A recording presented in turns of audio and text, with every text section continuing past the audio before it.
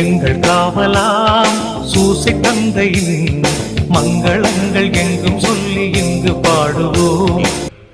இந்த வகையிலே மே மாதம் 1ஆம் தேதி தொழிலாளர்களினுடைய பாதுகாவலரான புனித யோசேப்பினுடைய திருநாளை கொண்டாட திரு அவை நமக்கு அழைப்பு தருகிறது. ஒரு நிகழ்வை நாம் கேட்போம். நியூ மெக்சிகோ நாட்டிலே உள்ள ஒரு சிறிய ஊர் சான் ஜோஸ் என்பதால் யோசேப்பை குறித்து மறையுரை ஆற்றுகின்றீர்களா என்றார் அவர். இல்லை என்றார் பங்கு தந்தை.